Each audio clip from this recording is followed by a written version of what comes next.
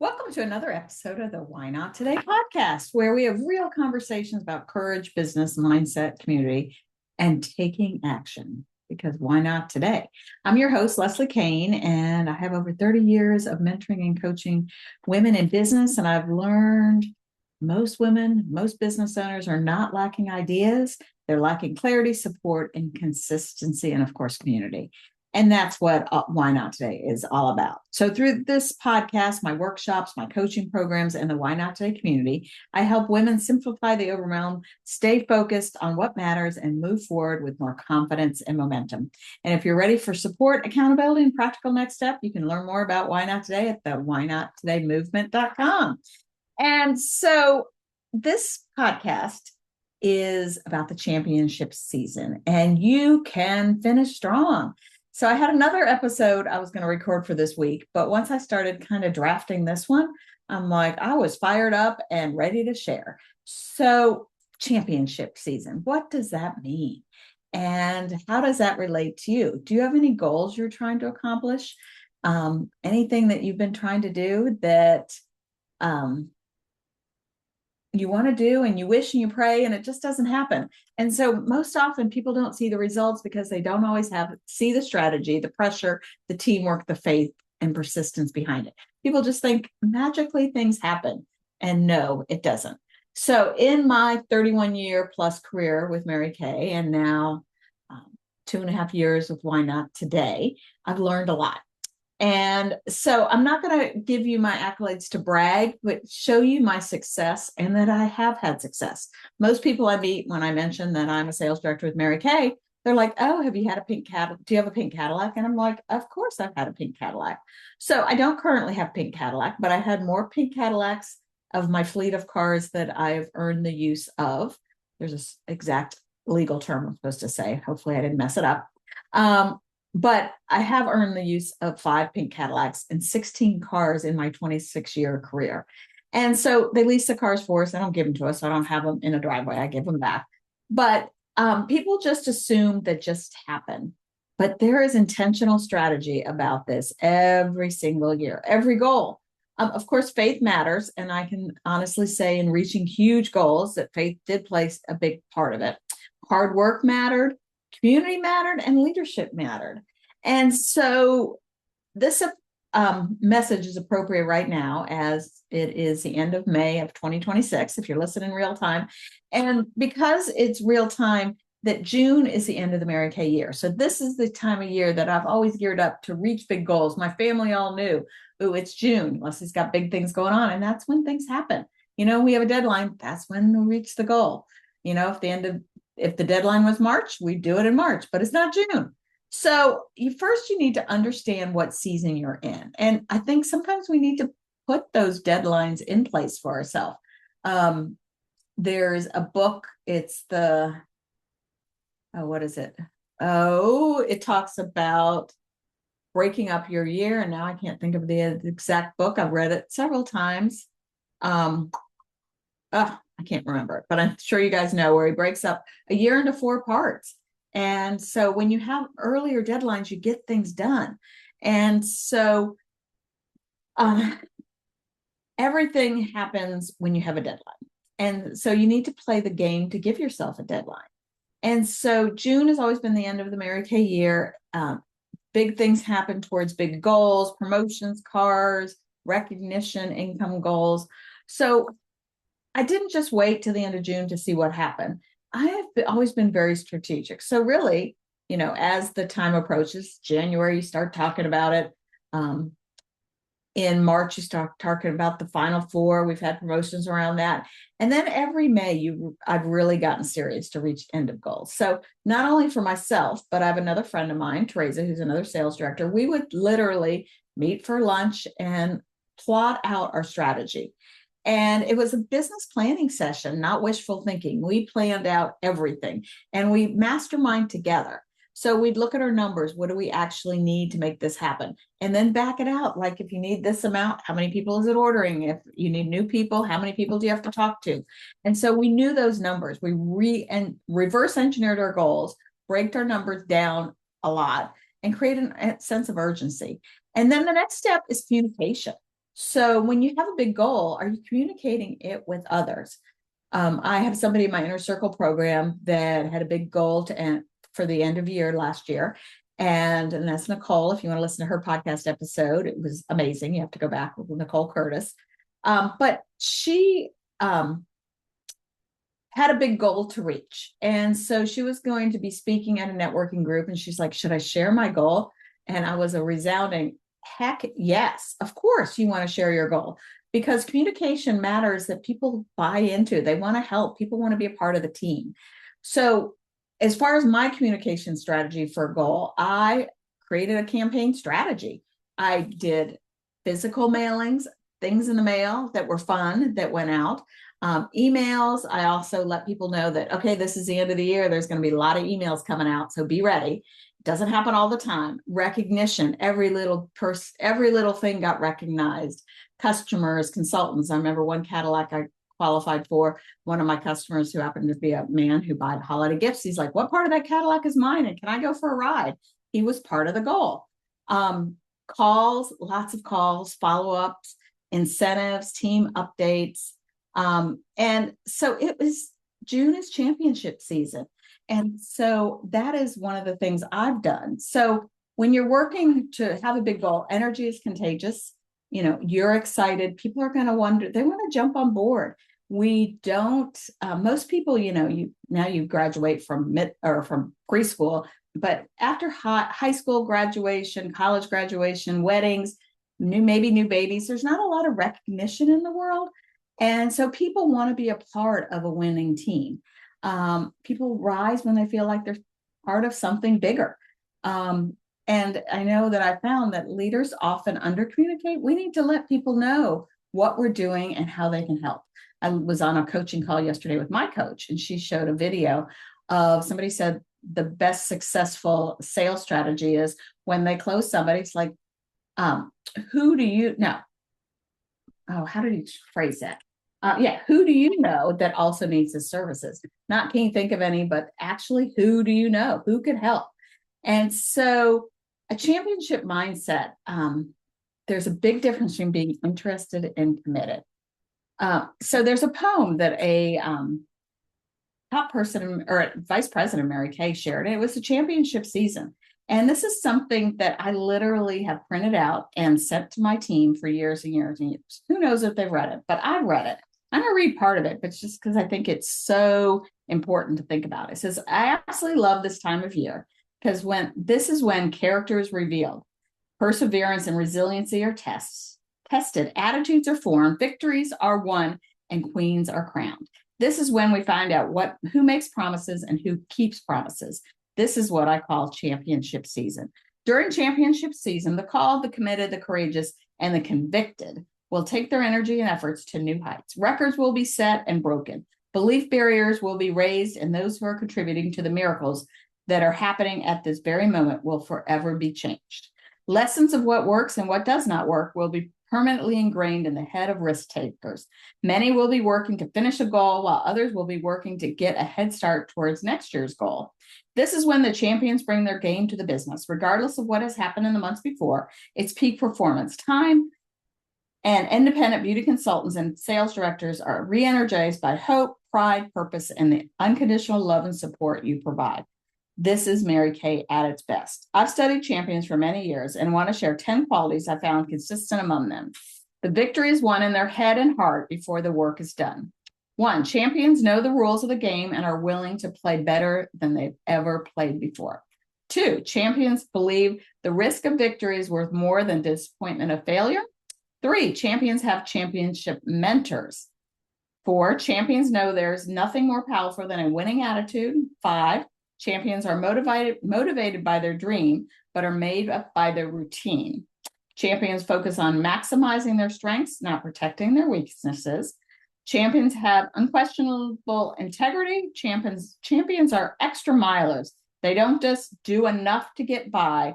They do the and then some. And champions never, never, never give up.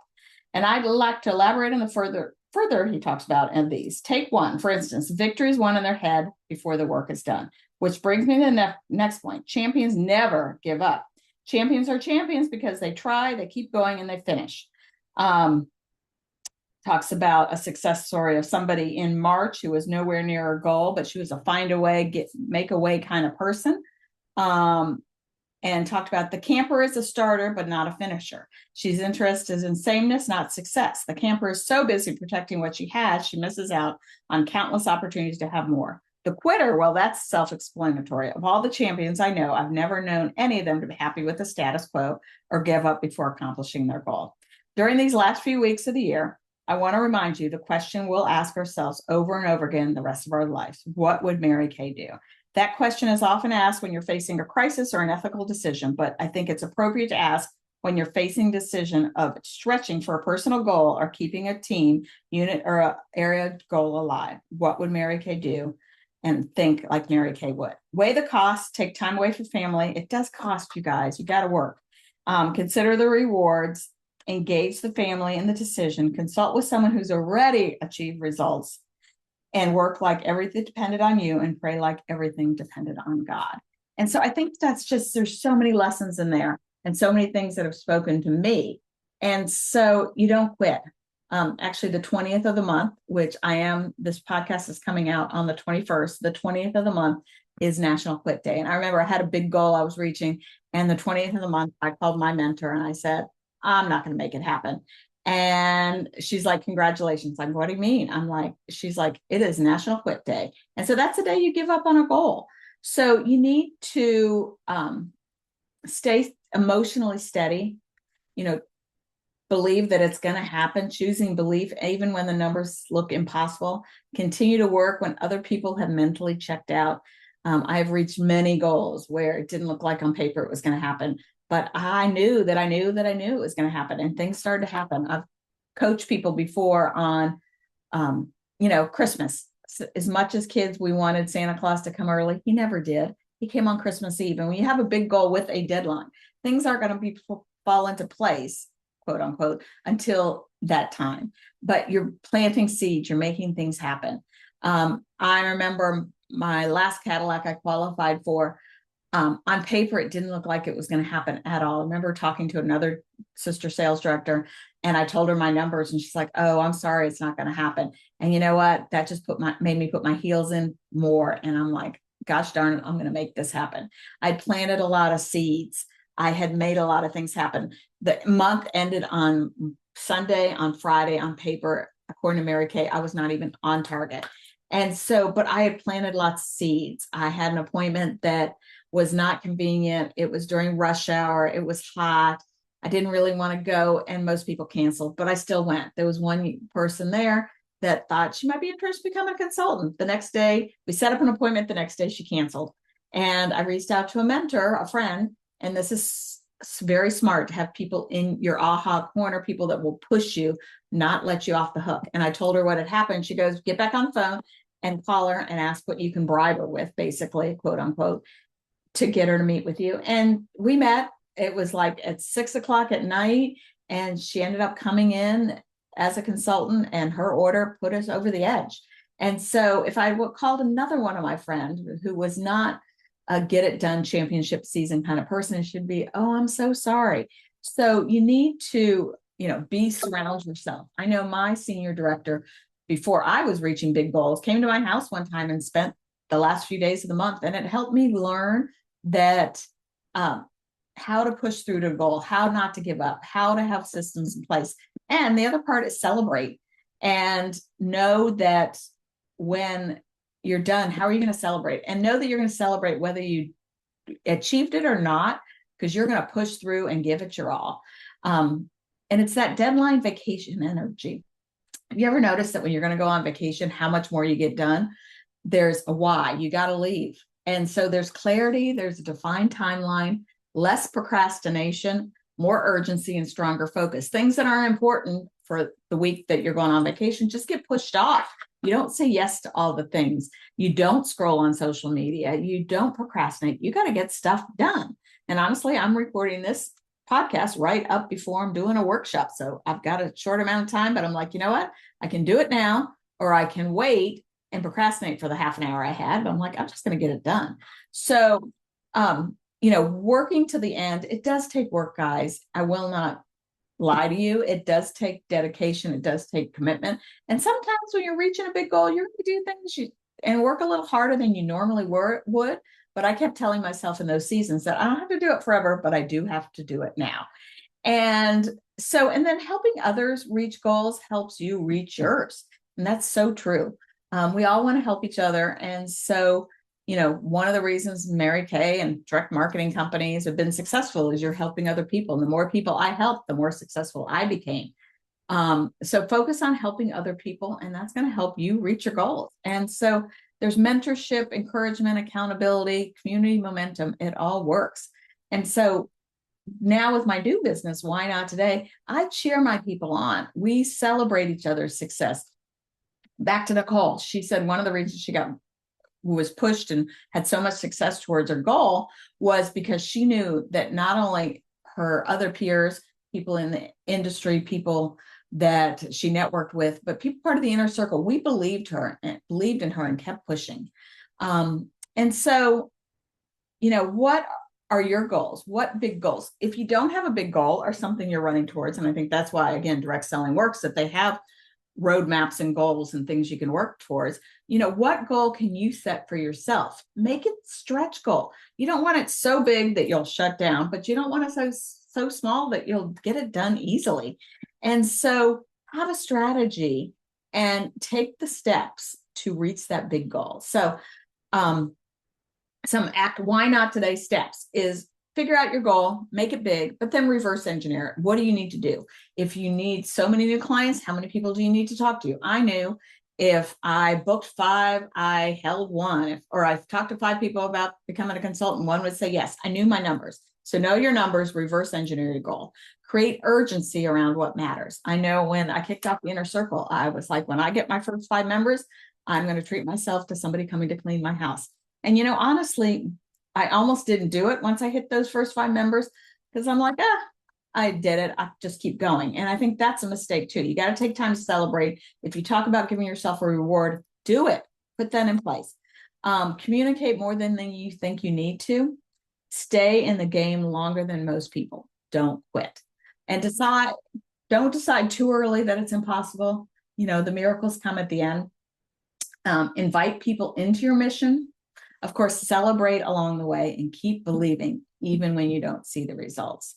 And you may be closer than you think. The breakthrough might not happen until the end. So don't quit early. Why not today? So I am passionate about championship season, and just recording this and talking about it has fired me up to finish some goals, not only for Mary Kay, because still finishing strong this year, but also Why Not Today?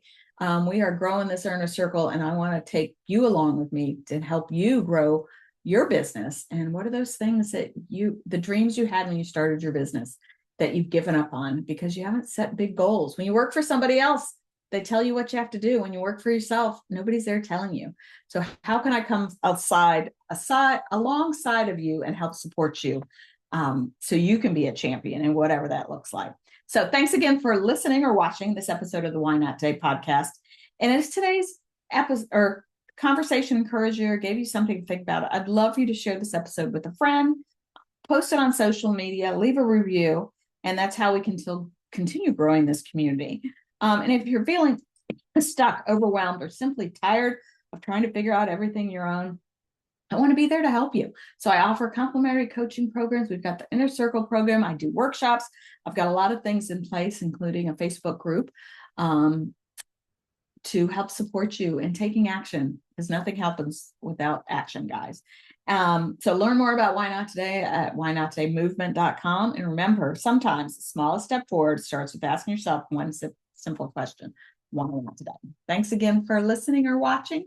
And I hope you're fired up for a goal. Share what goal that you want to reach. And I know I am. So have a great rest of your day, and check out some more of the Why Not Today podcast episodes. Thanks again for being here. Bye.